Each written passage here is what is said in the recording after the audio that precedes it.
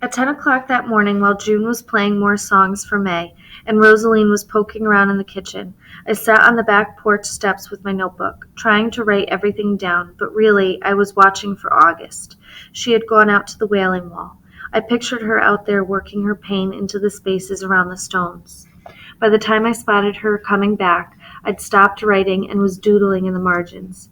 She paused halfway across the yard and stared towards the driveway, shielding her eyes from the sun. "Look who's here!" she yelled, breaking into a run.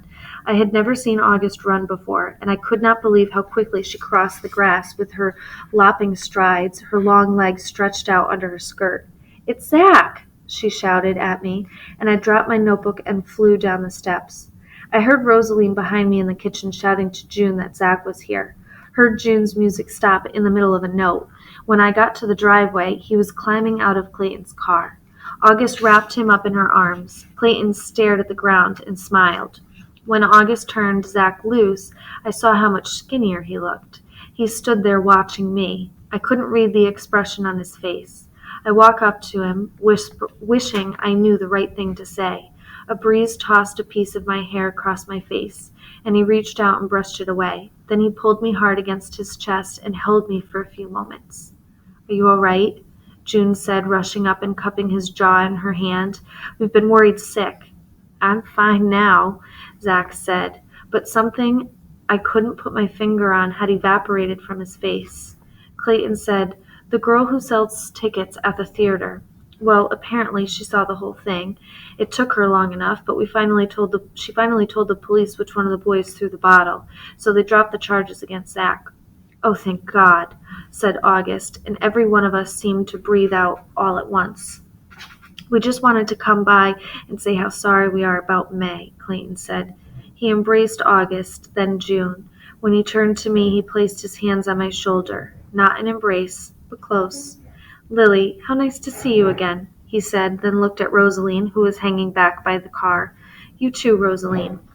August took Rosaline's hand and pulled her over, then went on holding it, the way she used to hold May's sometimes. And it struck me that she loved Rosaline, that she would like to change Rosaline's name to July and bring her into their little sisterhood.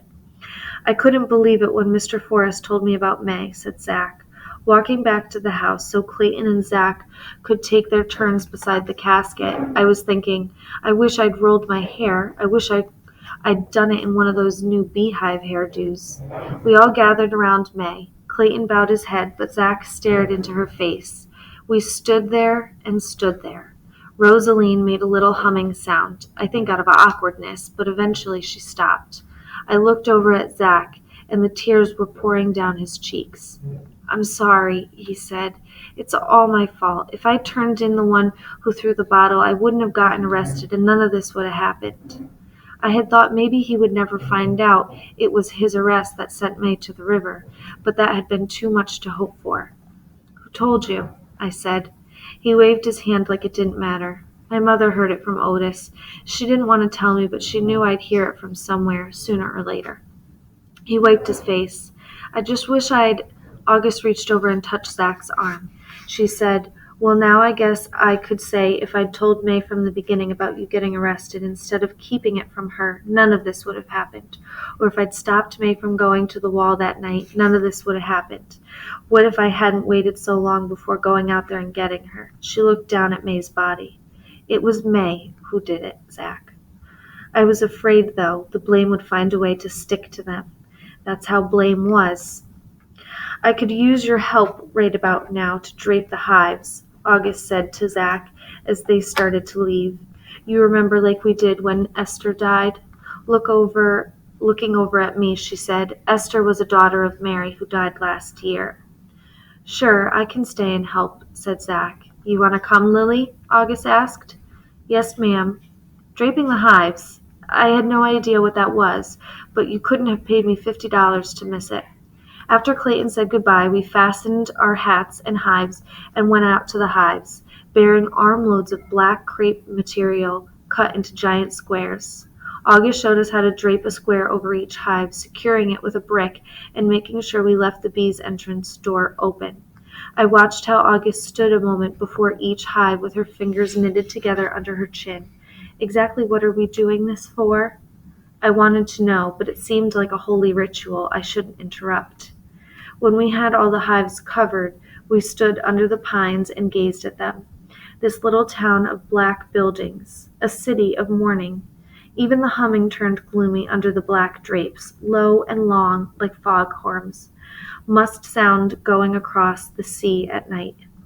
August pulled off her hat and walked to the lawn chairs in the backyard with me and Zach, tagging behind her. We sat with the sun behind us, staring out towards the wall.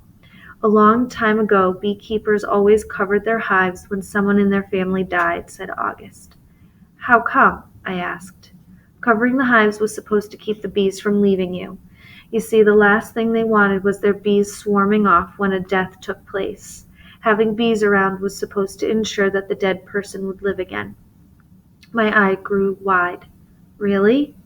Tell her about Arceus, Zack said.